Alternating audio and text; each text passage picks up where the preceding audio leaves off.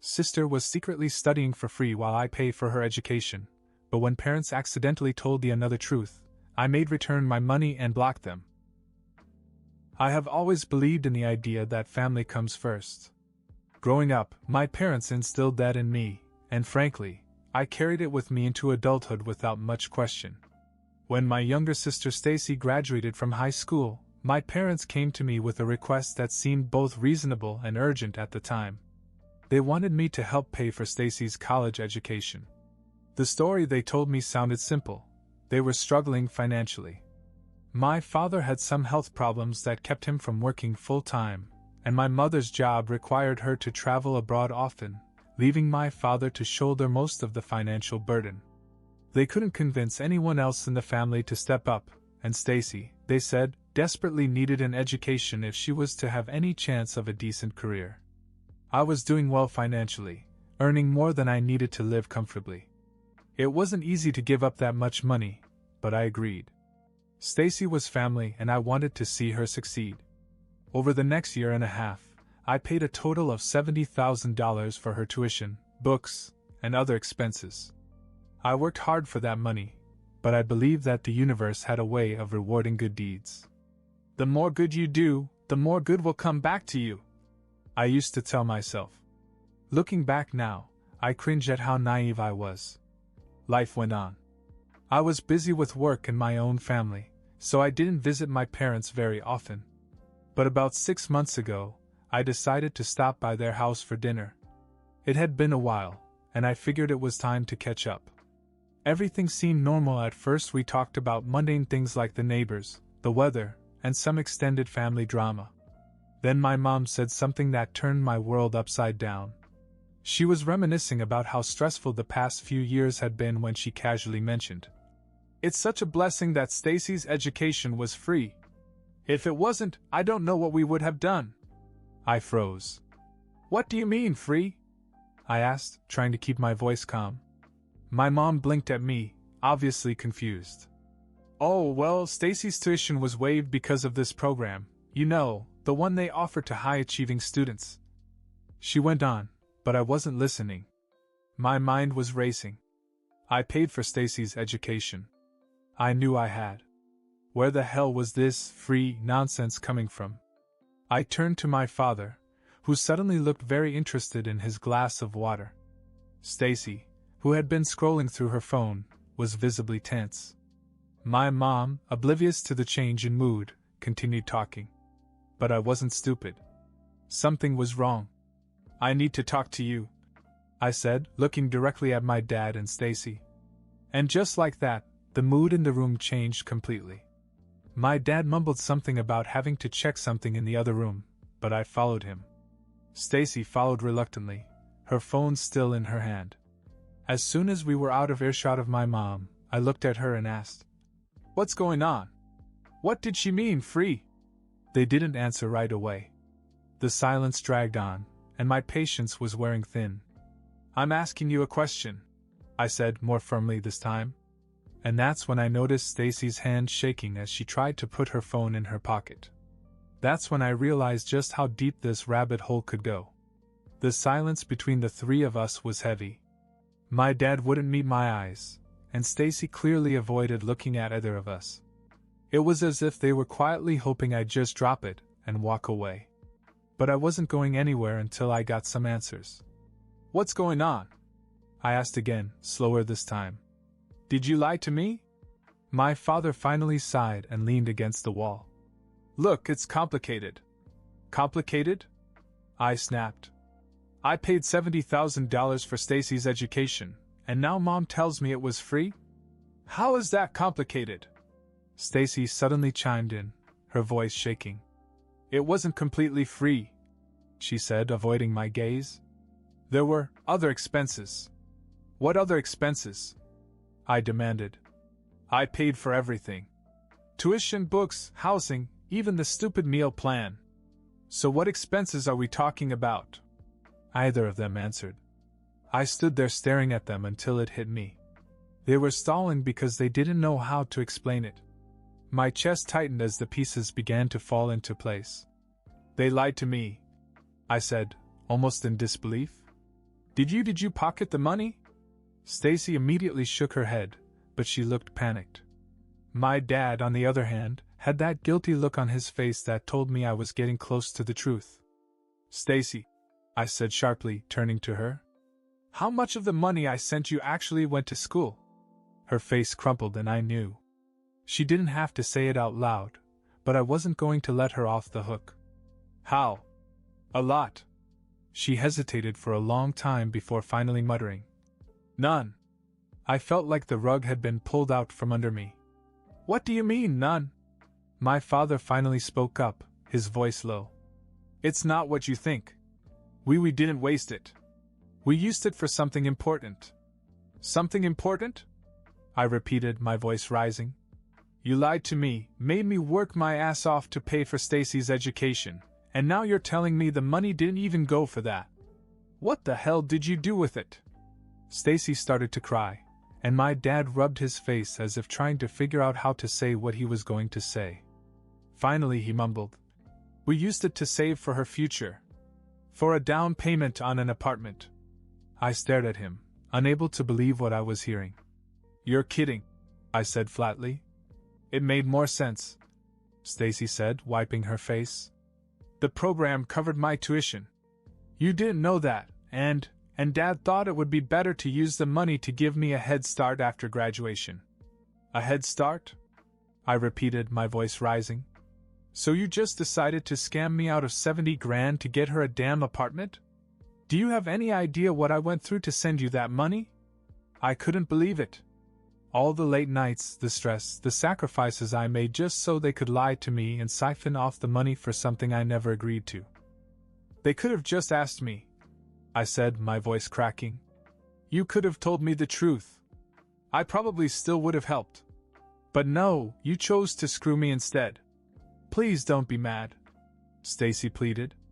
We didn't want to hurt you. We just thought it was better this way. Better for who? I snapped. Because it sure as hell wasn't better for me. I couldn't look at her anymore. I turned and walked out of the room, leaving them standing in silence. But this wasn't over. Not even close. I didn't go back to the table after that. I grabbed my coat and left the house without saying a word to my mother. She had no idea what was going on, and I wasn't about to start explaining it right away. My head was spinning and I had to get away before I said or did something I couldn't take back. When I got home that night, I couldn't sleep. I sat in the living room and replayed the conversation over and over in my head. The lies, the betrayal, the absolute audacity of what they had done, it was all so surreal. I had worked for months, cutting back on my own expenses, skipping vacations, and taking on extra projects at work just so Stacy wouldn't have to worry about her education. And for what? So they could funnel my money into some secret, future fund for her? By morning, I had made up my mind. I wasn't going to let this go. The next day I went back to her house. This time I wasn't interested in pleasantries. As soon as I walked in, my dad and Stacy knew I was serious. We need to talk, I said, closing the door behind me. My dad sighed like he'd been expecting this, and Stacy looked like she wanted to leave. I want every penny of that money back, I said. Every penny. Wait, let's just talk this through. My dad started, but I cut him off. No, I snapped. There's nothing to talk about. You lied to me. You stole from me. And now you're going to make it up to me. It wasn't stealing, Stacy said softly. We didn't take it for ourselves, Dash. Are you serious? I interrupted. You lied to me about needing money for school. You knew what you were doing. Don't stand there and act like it wasn't theft just because you didn't spend it on designer bags or a vacation. My dad stepped in and tried to calm things down. Look, we didn't mean to hurt you. We thought it was the best way to help Stacy, Dash. Stop, I said. Just stop. I don't care what your reasons were. You don't get to decide what's best for my money. This wasn't your decision to make. They both looked at me as if waiting for me to calm down or soften my stance. But I didn't soften. I'll give you 1 week, I said. 7 days to get the money and pay me back. If you don't, I'm going to go to the police and report you for fraud and theft. You wouldn't do that, my father said, his voice shaking slightly. Try me, I said. No one said anything for a moment. Stacy started to cry again, but I didn't care. I wasn't in the mood for tears or excuses. This is not up for discussion, I said. I'm not backing down, and I'm not letting you talk your way out of this. You have 1 week. That's it. I turned to leave, but before I walked out the door I added, and don't think for a second that I'm going to forgive you for this. Even if you pay me back, we're done. I left her standing there, stunned and speechless. But I wasn't bluffing. They had 7 days to make this right, or I would make sure they faced the consequences. The week dragged on. I tried to focus on work, but every time I looked at my bank account or thought about the sacrifices I'd made, I got angry all over again. I couldn't believe how far they'd gone to manipulate me. By the 6th day, I hadn't heard from them, and I was ready to make good on my threat. But that night, my phone rang. It was my father. I almost didn't answer it, but curiosity got the better of me. We have the money, he said quickly. You can pick it up tomorrow. I didn't say much in response, just a cold, good. The next morning I drove over to their house, expecting to pick up a check or cash and leave without another word. But when I got there, things took a turn I didn't see coming.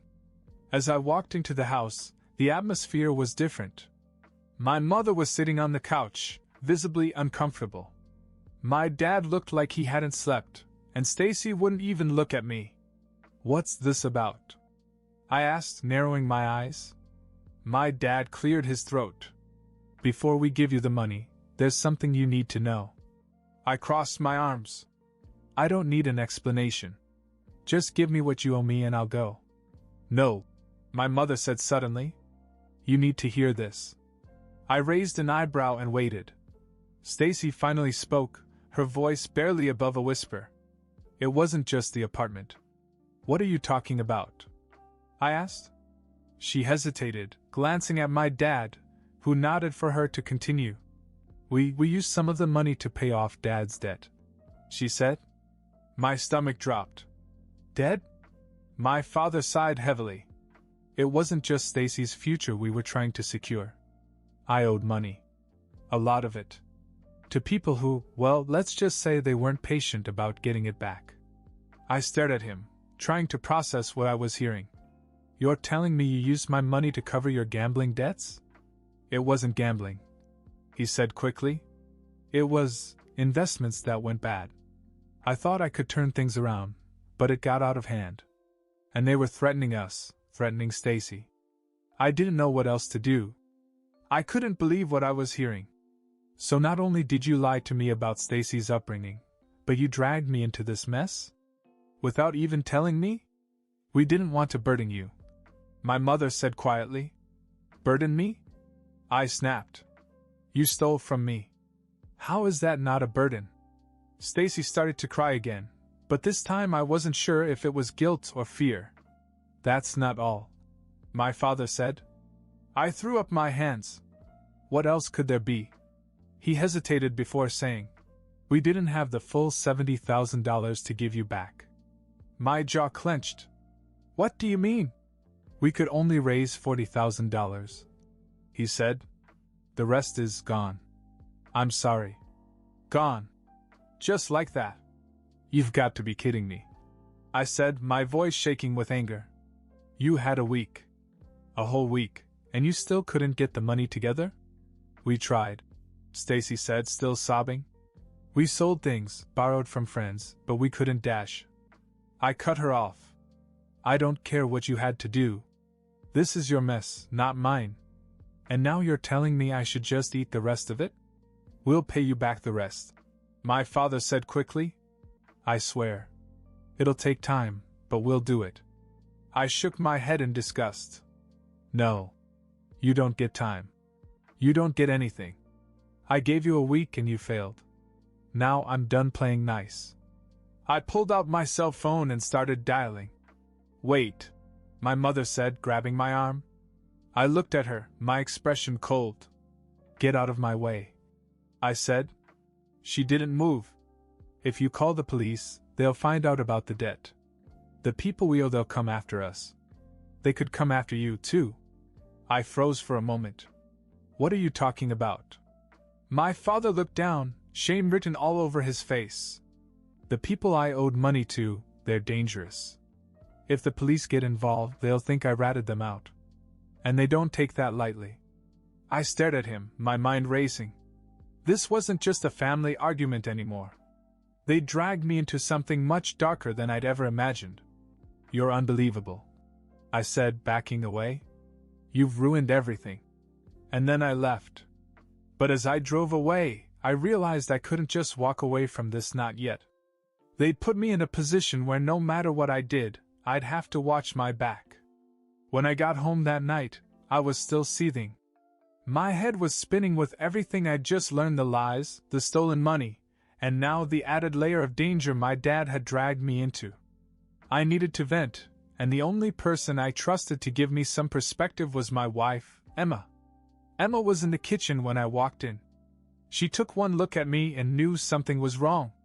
Bad day? She asked gently. You could say that, I said, dropping my keys on the counter. She sat me down at the table, poured me a glass of water, and waited patiently while I spilled everything. I didn't hold back. I told her about the fake tuition bills, the housing fund, the debt, and the fact that my dad had basically used my money to get out of a shady situation with dangerous people. When I finished, Emma's face was a mixture of shock and concern. But her reaction wasn't what I expected. Honestly, she said after a long pause, I think you should just take the $40,000 and let the rest go. I stared at her, stunned. What? Are you serious? You still owe me $30,000. I know, she said, her tone calm. But think about it. If what your father said is true, getting the police involved or pushing them too hard could make things worse. For you, for them, for everyone.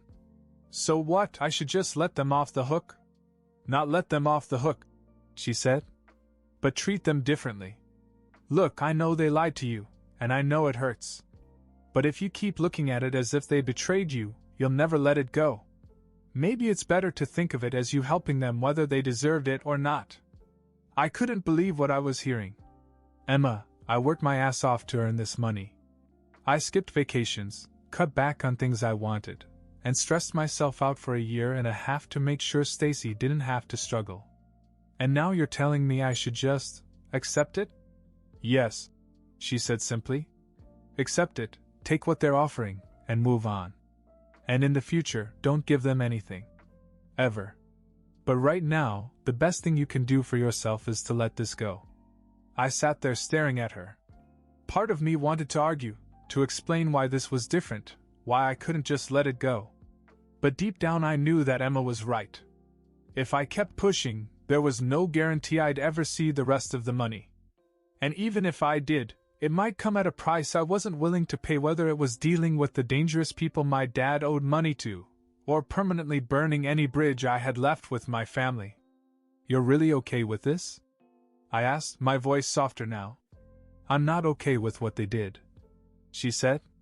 But I don't want it to eat you alive, either. You're a good man, and you've already done more for them than most people would. Take the $40,000, use it as a lesson, and don't let them have that kind of power over you again. I nodded slowly, though I wasn't sure I was ready to take her advice. It felt like letting them win. But maybe Emma was right. Maybe the real victory was walking away with my peace of mind intact. The next day, I decided to go back and take the $40,000. But deep down, I knew it wasn't just about the money anymore. This was about setting boundaries forever. The next day, I drove back to my parents' house one last time. All the way there, I kept remembering what Emma had said. Take the money, use it as a lesson, and don't look back. It sounded simple in theory, but I knew this wasn't going to feel like a clean break. When I walked in, the tension was thick in the air. My dad had the money ready in cash, sitting in a plain envelope on the table. My mom was sitting on the couch, looking like she'd aged 10 years overnight, and Stacy was sitting next to her, clutching a handkerchief. No one spoke immediately. I walked over to the table, picked up the envelope, and counted the money. $40,000, just like they'd said. It wasn't all of it, but it was something. "I'm sorry," my father finally said. I looked up at him, but didn't answer. My mom spoke next, her voice shaking. "We never meant to hurt you. We thought we were doing what was best for Stacy, but now we see how wrong we were. We're so sorry." Still I said nothing. Stacy started to cry again. I didn't mean for it to go this far. I just thought dash. I cut her off with a sharp look. She didn't finish her sentence. "You kept talking, apologizing, trying to explain yourself. But I didn't have it in me to listen anymore. I stood there in silence, letting them say whatever they had to say. None of it mattered. None of it would undo what they had done. When they finally ran out of things to say, I tucked the envelope under my arm, nodded once, and walked out the door. I didn't say goodbye. When I got home, I did exactly what I had planned. I went through my phone and blocked all their numbers: my dad, my mom, Stacy. Then I went on social media and did the same thing. It was surprisingly easy. With a few taps, they were gone. I felt lighter in a way, but there was still a heaviness in my chest. I didn't feel triumphant or vindicated. Just done. I spent the next few weeks adjusting to life without her. I didn't reach out, and they didn't try to contact me, at least not directly. One night, as we were cleaning up after dinner, Emma mentioned something. "Your mom sent me a message," she said casually. I looked up from the sink. "What did she say?" "She just wanted to know how you were. Said they miss you and hope you'll forgive them someday." I dried my hands on a towel and shook my head. "Did you reply?" "No," she said. "I figured it wasn't my place." Good. And that was that. I don't know if I'll ever forgive them, or if I'll ever want to rebuild those bridges. For now, I'm happy with the silence. It's peaceful, and after everything that's happened, peace is all I really wanted. They made their choices and I made mine. And as far as I'm concerned, this chapter of my life is closed for good.